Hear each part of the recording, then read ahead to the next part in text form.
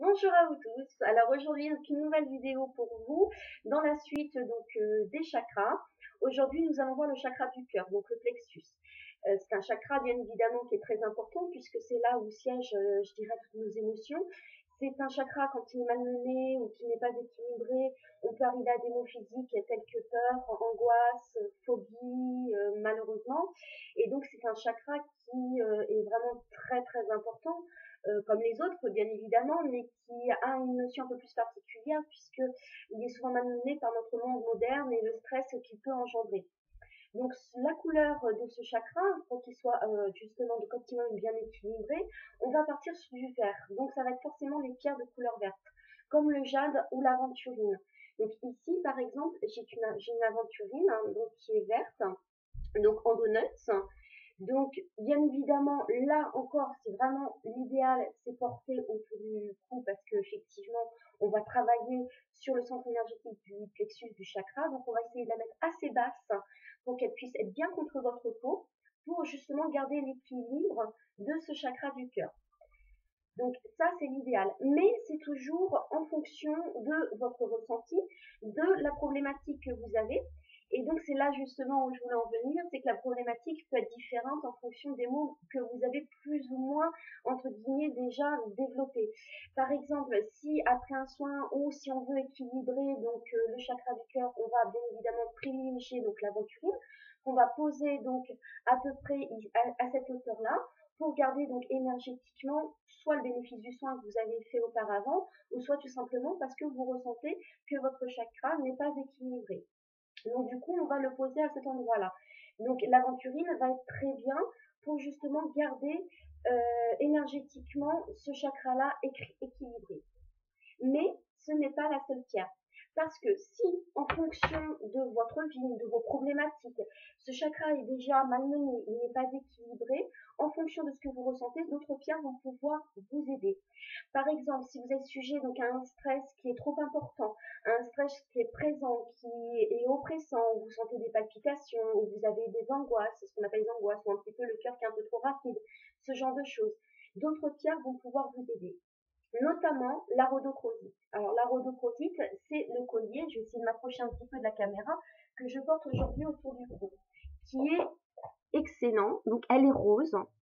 Donc la rhodochrosite, c'est une pierre qui est rose, assez pâle, et qui est pas rare mais relativement chère de par sa composition, notamment chimique, puisque c'est la pierre par excellence qui va vous aider à gérer votre stress, à gérer vos angoisses, à gérer vos peurs, qui elles sont impactées par nos émotions et donc par notre chakra du cœur. D'où l'importance de la porter autour du cou. Donc ça, c'est la première pierre rhodochrosite. Nous avons aussi la rhodonite, qui est, je dirais, un petit peu plus légère, entre guillemets, qui est un petit peu, je dirais pas moins forte, mais qui a d'autres propriétés aussi, mais qui est très bonne aussi pour ça, qui est, elle, également dans des tons roses. Donc ici, je vous la montre en pierre roulée. Donc elle est rose avec du noir dedans. Donc on peut bien la différencier de la rhodochrosite. Donc nous avons rhodonite et rhodochrosite. Mais ce ne sont pas les mêmes pierres, mais elles ont cette même particularité de pouvoir gérer cette zone qui est souvent malmenée et qui peut générer donc du stress. Donc la rhodochrosite est rose avec du noir dedans, la rhodonite pardon, et la rhodochrosite est elle toute rose relativement pâle. Donc ici, je vous l'ai montré en pierre roulée, mais vous l'avez également en donuts. Donc vous voyez, vous avez différentes, et c'est ça qui est magique avec les pierres, c'est que là, vous l'avez beaucoup plus rose, et là, vous l'avez avec du noir dedans. Donc ça, c'est une pierre, quand vraiment on veut travailler ces problématiques-là, qui est essentielle à porter autour du cou. Donc elle va vous aider énergétiquement à pouvoir combattre ce stress qui est souvent malheureusement beaucoup trop régulier, beaucoup trop permanent par rapport à ce que nous vivons dans notre société aujourd'hui. Donc ça, ce sont deux pierres qui peuvent vraiment vous aider par rapport à ça. Après, nous avons l'incontournable quartz rose. Donc ici, je vous le montre en brut. Donc c'est un bloc qui est brut, qui est idéal à poser aussi dans une chambre, mais qui peut vous suivre sur beaucoup de choses et qui va apaiser aussi ce chakra-là. On est sur une pierre qui est une pierre de tendresse, une pierre d'affection, une pierre qui est douce, qui est très bonne aussi pour les enfants, qui va permettre d'équilibrer cette zone et lui apporter beaucoup plus de sérénité, beaucoup plus de paix. Et donc c'est une pierre qui est intéressante aussi quand on veut travailler sur notre chakra du cœur.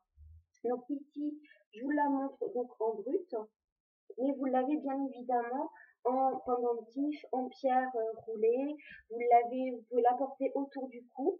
Alors là, je vais vous en montrer une très belle, qui est donc cerclée en argent. Voilà, qui est cerclée en argent, qui est très belle. À porter autour du cou, c'est l'idéal.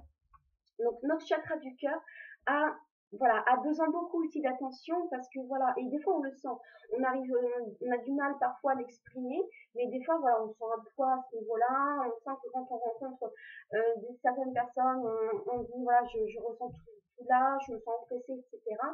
C'est les manifestations physiques d'un chakra qui est trop sollicité ou qui est trop chargé parce qu'il a pris aussi trop d'émotions, trop de choses au niveau de ce qui nous entoure, de ceux qui nous entourent ou de notre environnement. Donc c'est pour ça qu'il est important de le protéger par rapport aux pierres de protection que nous avons vues ensemble, mais il est important aussi de l'équilibrer ou de l'aider en fonction de ce que vous ressentez. Donc l'équilibrer, donc on est plus sur l'aventurine. Si on veut gérer mieux notre stress parce qu'il a été trop sollicité, on n'a pas su malheureusement le garder équilibré ou le protéger avec des pierres de protection, on va privilégier le quartz rose, la rhodonite ou encore la rhodochrosite.